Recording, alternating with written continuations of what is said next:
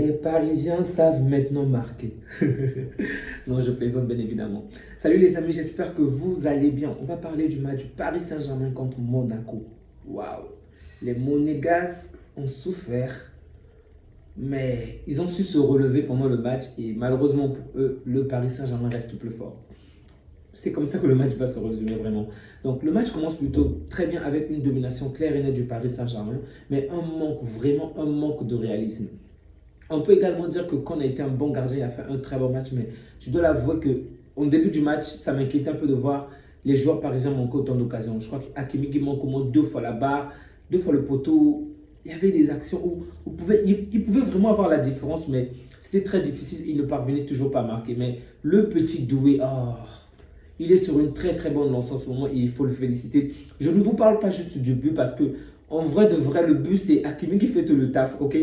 Lui, il est sur la finition, il le fait très bien puisqu'il était au centre en début du match. Donc, il fait très bien. Donc, il finit bien sa frappe, il finit bien l'action, ce qui est très bien. Mais c'est pour moi Hakimi qui fait le taf, la majeure partie du travail. Et donc, mais le fait qu'il puisse se trouver au bon endroit et qu'il fasse la différence, ça a également sa félicité. Mais même en dehors du but, il a fait un très bon match. Vraiment, je me suis régalé. Avant qu'il puisse reprendre, on va dire, cette lancée depuis la Ligue des Champions, il n'était pas très bon, ok? C'est un jeune joueur, il faut l'accorder du temps, il vient dans une grande équipe où il joue déjà la Ligue des Champions. Je peux comprendre que les attentes puissent être énormes, mais c'est ça le foot d'aujourd'hui. Même lorsqu'on est jeune, il faut qu'on s'adapte, surtout lorsqu'on voit d'autres joueurs beaucoup plus jeunes que soi faire mieux.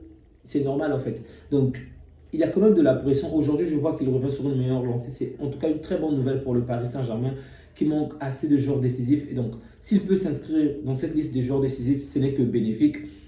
Très bon match, ok, très bon match dans les dribbles, dans la percussion. Il a vraiment donné envie. Il a fait une très bonne performance dans l'ensemble. Donc, j'ai rien à dire. Pour moi, avec Hakimi, je devais dire qu'il est peut-être l'homme du match, mais avec Hakimi, ça se partage entre Hakimi et lui, ok?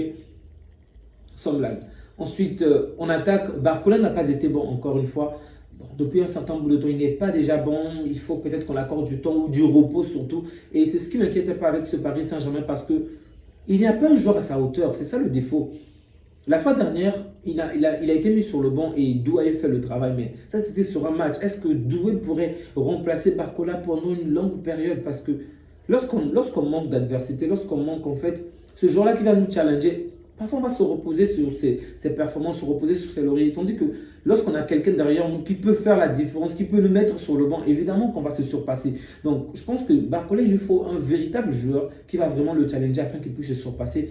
Peut-être que ce n'est qu'une mauvaise passe et qu'il va rapidement se relever, mais j'espère pour lui qu'il va rapidement faire la différence parce que là, il ne pèse pas vraiment sur le terrain. Dans ce match, même si on te dit que Barcola n'a pas joué, il n'y aura aucune différence en fait. Un joueur lambda aurait pu faire mieux que Barcola, sans blague. Il n'a pas été bon aujourd'hui. Ousmane Dembélé, c'est un match plutôt mitigé. Au début, il commence un tout petit peu bien. Je dirais timide, mais très timide, hein, légèrement timide. Et il disparaît lui également pendant une bonne partie du match. Il revient à la fin du match et c'est là qu'il parvient à faire la différence en marquant deux buts. Bravo à lui. Il ne stade pas beaucoup, mais ok. C'est comme il a dit, ils vont maintenant se préparer pour Lens. On va voir ce que ça va donner avec Lens. Est-ce qu'il va encore marquer en coupe ou c'est juste une soirée exceptionnelle? J'espère pour lui qu'il va stater, ok. Mais bon, je ne veux pas m'emballer non plus, ok? Pour moi, c'est un grand joueur normalement. Je ne devrais même pas parler de lui. Ça ne devrait même pas être exceptionnel pour lui de marquer dans ce genre de match. C'est un grand joueur qui a normalement des attentes beaucoup plus importantes avec lui. Mais bref, il a fait un bon match en marquant les deux buts et en se montrant assez décisif dans les derniers mètres, en fait, dans les 20-25 derniers mètres à la fin du match. Mais sinon, avant, au début du match, je ne l'ai pas trouvé fameux. Moi, je ne l'ai pas trouvé fameux. Au milieu du terrain, j'ai trouvé que Ruiz a fait un très bon match. Il est même passeur, ok? Mais bon, je pense que il aurait pu avoir plus, il aurait même pu être buteur, mais au final, l'action s'est mal terminée pour lui, mais il a fait un très bon match. Il était bon dans des passes, il était bon dans des relances, il était bon pour se proposer à faire la passe, parce que lorsque les joueurs parisiens est suffoqué un peu au niveau, devant la surface défensive, devant la défense, il était sur la personne qui venait se présenter carrément aux défenseurs, vraiment, ce milieu réeleur qui recevait la balle et qui remontait vraiment. C'est un joueur que je reprochais souvent de toujours remettre la balle en arrière avec les Solaires, je ne le trouvais pas exceptionnel. Mais aujourd'hui, il n'a pas été fameux ou exceptionnel, ok, mais il a fait un très bon travail. Il est venu en arrière, il a récupéré la balle, il s'est relancé, il est allé de l'avant pour apporter du danger dans le camp adverse. Et ça, c'est vraiment bon. Je n'ai pas toujours l'habitude de le voir faire de bons matchs, mais depuis un certain bout de temps, depuis on va dire, quelques derniers matchs, il est plutôt intéressant. Donc, très bon match de Fabien Ruiz également. Au milieu du terrain, Vitinha a fait un bon match également, il s'est présenté, mais moi je ne suis pas satisfait par rapport à son niveau. Moi je connais de quoi Vitinha est capable. J'ai vu ce qu'il a fait lors des deux dernières saisons. C'est un joueur qui était vraiment en avant. Peut-être que c'est Luis Enrique qui souhaite qu'il puisse être ce 6-là, qui puisse jouer en arrière, mais sincèrement, il participe dans le jeu, mais moi je veux le voir marquer, ok? Je veux le voir avoir des tirs puissants comme avant, mais bon, c'est pas encore ça. Il est bon, je dis bien, il est bon par rapport à ce qu'on lui demande, mais je m'attends à beaucoup plus de la part de Vitinha, ok? Zahir Emery a fait un match plutôt correct. Je ne me souviens pas l'avoir vu commettre une petite erreur, sincèrement. Et même lorsque les autres commettaient des erreurs en défense, il était toujours là à récupérer la balle. Il venait constamment. Son apport défensif était très intéressant et je ne peux que le féliciter pour cela. Il a fait un bon match. Je ne vais pas parler longtemps sur lui. Je m'attendais aussi à ce que lui, peut-être qu'il marque aujourd'hui et qu'il puisse réaliser une passe décisive. Mais il n'a pas vraiment joué dans ce profil-là, mais ce n'est pas grave. Il a fait un très bon match au milieu du terrain. Donc, en défense, Neves a fait un bon match, mais j'ai vraiment pas compris pourquoi on l'a sorti. Je peux comprendre qu'on veut donner du temps à... Il s'appelle comment déjà? Hernandez, mais pour moi, Neves faisait un très bon match, même de la relance. Défensivement, c'était très bon. Même si offensivement, il n'est pas aussi bon que le gars de l'autre côté, celui que je crois être l'homme du match.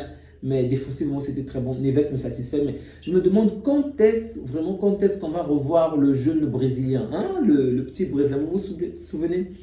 Donc, j'espère qu'il va rapidement être de retour parce que depuis un certain bout de temps, il n'arrête pas de cirer le banc et je ne comprends pas pourquoi il n'est pas là. Il avait très bien commencé la saison et du jour au lendemain, on ne l'appelle plus. Sincèrement, je ne comprends pas pourquoi Beraldo n'est pas là. En milieu de terrain, dans l'axe de la défense, ok, au centre, Pacho est également intéressant, surtout dans le domaine aérien. C'est vrai que le Paris Saint-Germain n'a pas énormément été mis en danger aujourd'hui, ce que je ne comprends pas avec Monaco, ok. Je suis ravi que le Paris Saint-Germain ait gagné et je comprends que Monaco est sur une mauvaise lancée, mais je pense qu'ils n'ont vraiment pas profité sur ce point. Et je ne sais pas s'ils n'ont pas vu le Paris Saint-Germain jouer au cours des dernières saisons ou au cours des derniers matchs. Le Paris Saint-Germain n'est pas fort lorsqu'il s'agit des coups de poing arrêtés. Le Paris Saint-Germain n'est pas fort généralement lorsqu'il s'agit des duels aériens. Et je n'ai pas vu cela aujourd'hui. Ils n'ont vraiment, à aucun moment du match, j'ai assisté à un duel aérien. Alors que généralement, le Paris Saint-Germain n'est pas bon dans ce domaine-là. Donc, ils auraient pu mettre à l'épreuve le Paris Saint-Germain. Et c'est sur ce point que je vais voir les défenseurs parisiens réagir. Marquinhos, je sais qu'il se débrouille déjà bien. Hakimi, pas top dans le domaine aérien, je précise. Mais Pacho, je ne l'ai pas encore vu. Bon, aujourd'hui, il y a eu une seule action, donc il s'est bien défendu. Mais je veux voir plus que ça, en fait. Rendez-vous compte que dans ce match, le Paris Saint-Germain a eu plus de 8 corners, ok? Tandis que Monaco n'a eu qu'un seul, un seul. Et c'est arrivé dans les 5 ou 4 minutes à récupérer de la fin du match. Donc, pour moi, ce n'est pas assez, en fait. Lorsque tu connais que ton adversaire, c'est un point faible de l'adversaire, ben, il faut taper dessus, puisque c'est sa kryptonite, il faut taper dessus jusqu'à ce qu'il puisse céder. Et bref, ce n'est pas le jeu de Monaco, je peux le comprendre, mais bon. Je pense que c'était un point quand même un point où il devait vraiment marteler, en fait, pour faire du mal au Paris Saint-Germain. Marquinhos a quand même fait un match intéressant, même s'il est quand même fautif sur le but, ok, sur le penalty, je précise. Donc, c'était pas volontaire. Je crois que ça tape le pied de Pacho, puis la balle revient sur sa main. Donc, il y a eu un penalty et l'adversaire l'a bien évidemment conclu. Très bien. Mais je pense également que sur le positionnement du deuxième but, il est quand même fautif. Et bref. Parlons maintenant de l'homme du match, selon moi, Hakimi, qui a fait un très bon match. Vraiment, Hakimi. C'est vrai que défensivement, c'est pas top, ok, je dois le dire. En fait, c'est comme ce que je disais avant, je crois que c'était en Ligue des Champions.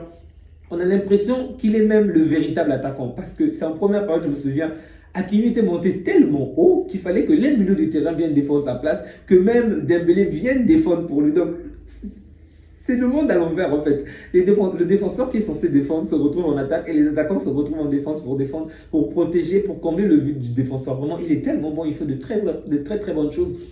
Je pense qu'il peut davantage mieux combiner avec l'attaquant. Je ne sais pas si c'est Dembélé qui ne matche pas avec son jeu. Vous pouvez dire que c'est bon, mais je pense qu'ils peuvent aller encore plus. En deuxième période, aux alentours de la 55e minute, il donne vraiment envie d'aller de l'avant et on voit que Dembélé n'a pas suivi le mouvement et ce n'est pas la première fois, ok? Il y a comme ce petit dysfonctionnement, c'est comme s'ils ne peuvent pas bien combiner. En fait, ce n'est pas aussi fluide que je veux dire entre, par exemple, Koundé et Yamal. Vous voyez, lorsque les deux se donnent des passes et vont tous les deux de l'avant, ce n'est pas aussi fluide avec Dembélé et Hakimi. Je ne sais pas pourquoi, mais j'espère qu'il va trouver peut-être le joueur qu'il faut, avec qui il va combiner rapidement. Il y a de bonnes combinaisons de temps en temps, mais tu sens bien que c'est Hakimi qui fait tout le travail en fait. Vraiment, Hakimi il m'épate vraiment. Offensivement, il m'épate, mais défensivement, je pense qu'il doit encore s'améliorer. Il est bon, c'est un bon défenseur, mais je pense qu'il ne réalise pas assez de repli. Peut-être que c'est la raison pour laquelle Mendes aujourd'hui n'est pas où on veut se débarrasser d'un joueur, mais bon. Je pense que les Monégasques également ont perdu. Genre, ils n'ont pas été, je ne vais pas dire assez intelligents, mais ils auraient dû profiter de cela. Ok, il y a des moments, surtout en première période, je précise, pendant plusieurs actions, Hakimi s'est vraiment retrouvé en attaque, vraiment très très haut. Et il ne faisait pas rapidement des replis. Il était très lent lorsqu'il fallait revenir. Donc je pense qu'ils auraient pu vraiment jouer à une ou deux passes, vraiment faire du mal dans le dos d'Hakimi. Les seules fois où ils l'ont fait, je pense qu'ils l'ont fait une ou deux fois dans le match. Et ça a quand même apporté du danger, c'était en début du match. Ça avait quand même apporté du danger de la surface parisienne. Mais après, ils se sont relâchés. J'ai vraiment pas compris pourquoi. Ok, je précise. Je veux voir le Paris Saint-Germain gagner, mais je veux quand même voir l'adversaire, le challenger. Ok, ça fait toujours plaisir de voir des matchs vraiment où l'on est challengé. Ça nous pousse à nous dépasser. Et plus l'équipe va se dépasser, mieux elle va être en Ligue des Champions. Donc, Hakimi qui est l'homme du match, mais c'est aussi à féliciter Luis Enrique pour les deux remplacements qu'il a réalisés aujourd'hui. Bravo. Donc, le fait d'avoir fait rentrer le passeur et le buteur. Donc, le passeur, bien évidemment, c'est Lig que je ne trouve pas fameux. Ok. Je pense qu'il faut un joueur peut-être de qualité supérieure par rapport à Lig. Comme je disais, il faut un véritable challenge à Barcola. Lig vient, de temps en temps, il fait de bons dribbles, mais je pense qu'il est trop lent dans le jeu. Ok. Hakimi voulait courir et donc Dembélé voulait aller de l'avant, mais lui, tu sens, il reçoit la balle, il y a deux ou trois joueurs, il y avait juste deux ou trois défenseurs monégasques devant. Et de l'autre côté, de voir Dembélé qui faisait la course, mais vas-y vite, il a tellement temporisé et du coup, l'adversaire a réalisé le repli. Tandis que s'il était vraiment dans la vitesse, je ne me demande pas de se précipiter bêtement et de perdre la balle, mais d'aller un peu plus vite, ok? Il est un peu trop long, il calme le jeu. Je peux comprendre que c'est sa personnalité qui est comme ça, mais il y a des moments où il faut quand même aller beaucoup plus vite pour rapidement apporter du danger à l'adversaire. Et je pense que lui a quand même péché sur ce point-là. Donc pour moi, il fait une très bonne passe, ok. La passe qu'il réalise à Gonzalo Ramos sur corner, donc il lance la balle et Gonzalo Ramos marque. Et c'est pour montrer encore l'efficacité du 9. Je l'avais déjà dit la fois dernière. Luis Enrique aura beau parler, il y a toujours la différence lorsque le 9 est là et lorsqu'il n'est pas là. On l'a vu dans le match, ok. Le Paris Saint-Germain s'est procuré 8 fois les corners, ok. Et sur les 8 corners, il n'y a eu qu'un seul corner où il y a eu un réel danger dans le domaine aérien. Et c'est le défenseur Marquinhos qui l'a apporté. La différence, c'est qu'ils n'avaient pas un véritable 9, ok. Et une fois que Gonzalo Ramos rentre, le premier corner, peu de temps avant son entrée, peu de temps après son entrée, je précise, ça devait faire 5 minutes ou moins de 5 minutes, il rentre, centre, corner, tête, but. C'est juste ça sa qualité, c'est aussi simple que ça. Et là, le score était de parité, c'était 2-2 partout. Il entre, il met. Bravo, bravo, que voulez-vous qu'on dise encore? Il mérite largement sa place en attaque au centre de cette équipe, mais bon. Je ne sais pas ce que Luis Enrique cherche. Je pense qu'il faudrait que Ramos soit titularisé, bien évidemment, en pointe, que Doué prenne un tout petit peu la place de Barcola, que Barcola puisse un tout petit peu se reposer. Peut-être que ça va lui faire du bien.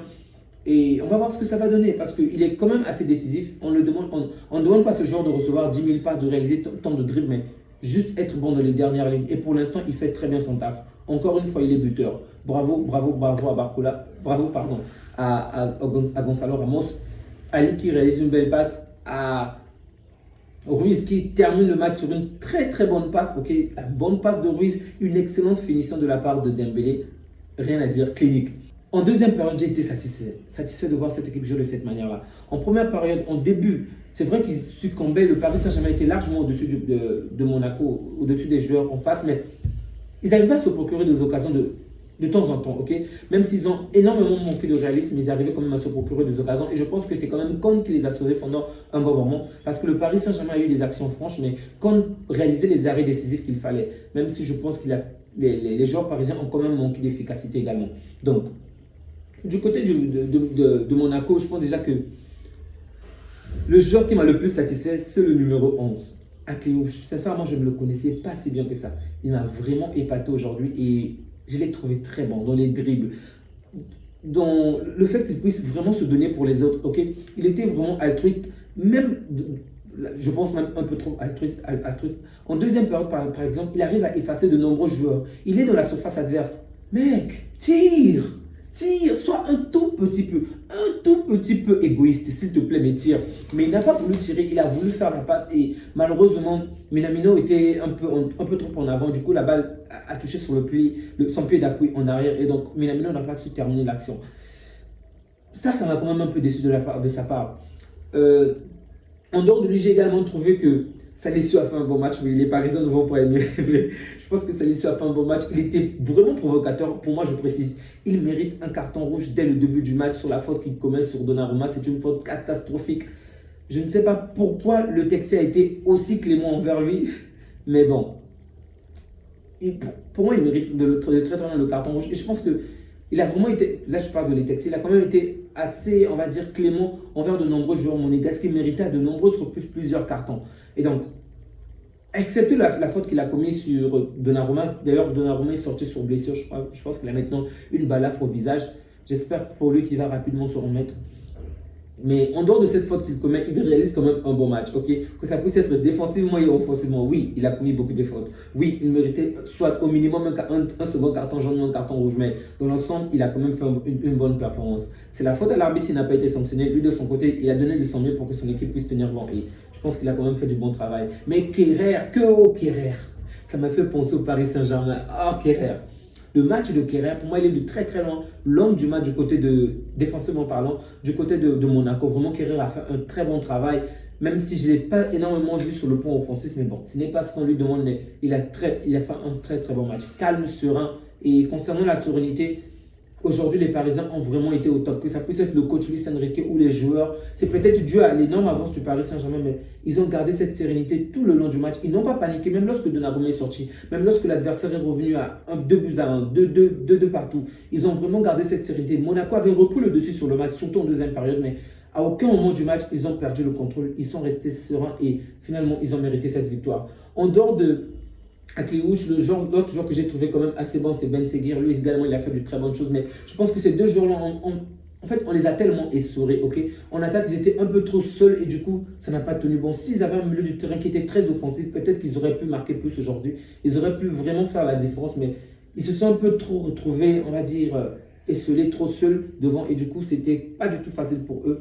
Un joueur comme Akliouche, vraiment, ça me dit que le Barça s'intéresse à lui, ça ne peut que me régaler. Comme un potentiel deuxième joueur ou troisième joueur, vraiment, je vais me régaler. Il m'a énormément satisfait aujourd'hui. J'aurais vraiment souhaité qu'il puisse être buteur, mais bon, ça n'a pas suffi. Bravo à lui. Mais je me suis quand même régalé pendant un bon match, pendant une bonne partie de ce match. Et j'aurais vraiment souhaité que le Paris Saint-Germain soit éprouvé dans les airs. Ok. Bon rétablissement à Donnarumma. Le gardien Savonov, je ne sais pas si je vais bien prononcer son nom, mais Savonov, je ne l'ai pas du tout trouvé rassurant. Que ça puisse être le premier but encore, le penalty, ok, il est sur la bonne trajectoire, ok. On ne peut pas l'en vouloir, il a essayé de faire la bonne chose. Le deuxième penalty, le deuxième but, je l'ai trouvé trop lent, ok. C'est comme s'il est rêvé, il a bien vu que le joueur était en train de casser la ligne, mec. Tu n'arrives pas à te jeter par terre. Donnarumma se jette vraiment au sol, malgré qu'il est très lent, très élancé au temps. Excusez-moi. Et je pense que Donnarumma doit être plus grand que Safonov. Et Safonov n'arrive même pas à se jeter par terre. Il est trop lent selon moi. Et après, il y a eu pratiquement 2 ou 3 occasions où les Monégasques pouvaient faire la différence. Mais bon, ils n'ont pas été assez fins. Et du coup, Savonov a réalisé les arrêts. Mais je pense que Savonov, pour moi, est moins rassurant que Donnarumma. J'aurais même préféré qu'on puisse voir Tenas. Je ne sais pas pourquoi Tenas n'est pas là. Mais bon, heureusement pour les Parisiens, il ne s'est pas blessé. Parce que lui également, il a eu un choc. Et on croyait à un moment qu'il devait lui également sortir, mais bon, ça s'est bien terminé pour lui. Donc, bravo à Luis Enrique, bravo à ces hommes. Ils ont creusé l'écart entre le Paris Saint-Germain et Monaco à 10 points. Que dire? On les souhaite le meilleur pour la suite des années. Merci à vous qui continuez à soutenir la chaîne à travers les likes, à travers le visionnage, ça me fait énormément plaisir. Vraiment que Dieu vous bénisse, que Dieu vous garde. Prenez soin de vous ainsi que des vôtres et on se dit à bientôt. Au revoir.